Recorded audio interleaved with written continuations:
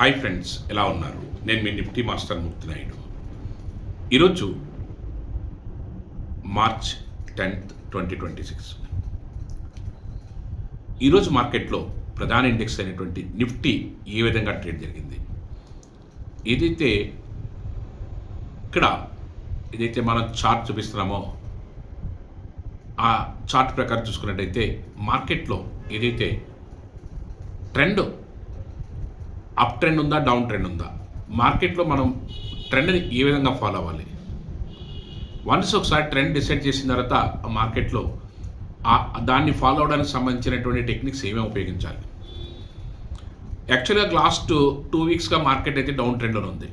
నిన్న కూడా భారీగా కరెక్షన్ జరిగింది. దాని నుంచి మనం కన్సాలిడేషన్ నుంచి మార్కెట్లో టేక్ ఆఫ్ అయ్యే అవకాశం ఎక్కువగా ఉందనుకున్నాం. ఈరోజు మార్కెట్ ఓపెనింగ్ దగ్గర నుంచి కూడా 24,100 దగ్గర నుంచి కూడా absolutely market going up side. Market అయితే మూమెంట్ అయితే మాత్రం అప్ సైడ్కి వెళ్ళే అవకాశం ఉందని తెలుస్తుంది.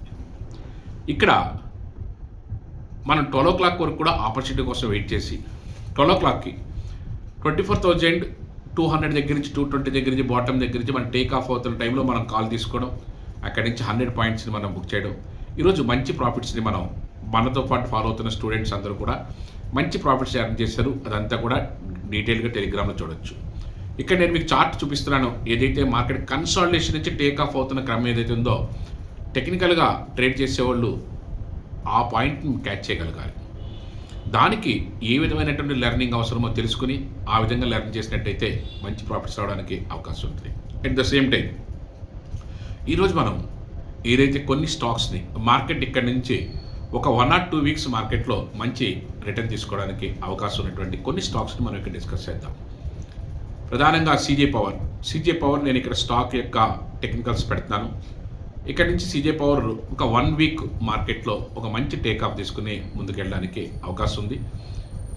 అవకాశం ఉంటే హోల్డ్ చేసినట్టయితే 1 or 2 వీక్స్లో మార్కెట్లో ఇక్కడ నుంచి టేక్ ఆఫ్ తీసుకుని మంచి ప్రాఫిట్ తీసుకోవడానికి అవకాశం ఉంటుంది.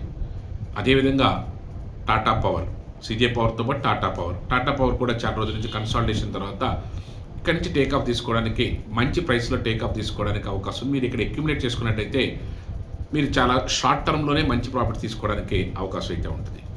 At the same time Aurobindo pharma కొన్ని నెలలుగా మార్కెట్లో ఒక కన్సాలిడేషన్ బ్రేక్ చేసుకుని మంచి టేక్ ఆఫ్ తీసుకుని ముందుకెళ్ళడానికి అవకాశం ఉంది.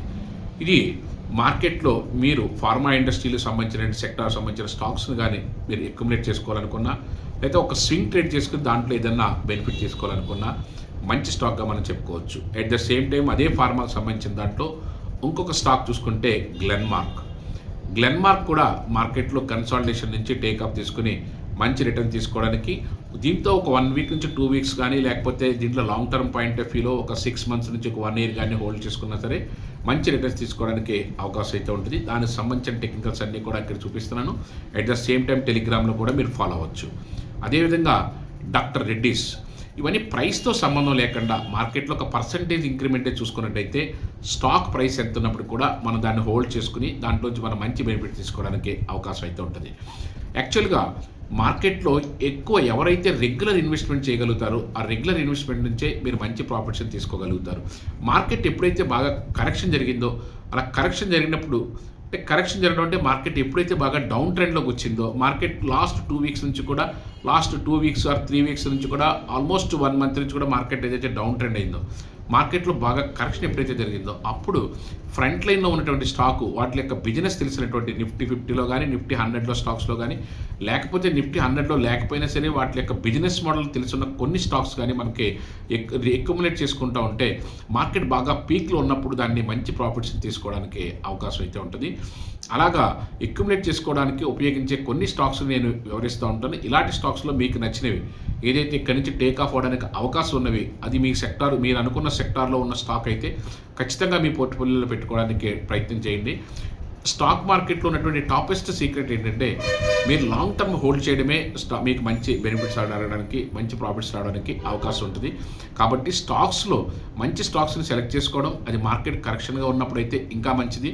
వాటిల్లో ట్రావెల్ అయినా, లేకపోతే వాటిలో ఒక స్వింగ్ ట్రేడింగ్ కింద ఒక 2 వీక్స్ లేకపోతే ఒక 4 వీక్స్ ఉంచుకొని మార్కెట్లో మీరు అనుకున్న ప్రాఫిట్ 5% 10% ప్రాఫిట్ వచ్చిన తర్వాత ప్రాఫిట్ అమ్మడం, ఇలా రొటేట్ చేసిన or long term point of వ్యూలో మంచి స్టాక్ సెలెక్ట్ చేసుకున్న ఈ మార్కెట్ నుంచి మీరు అత్యధికంగా లాభపడటానికి అవకాశం ఉంటుంది.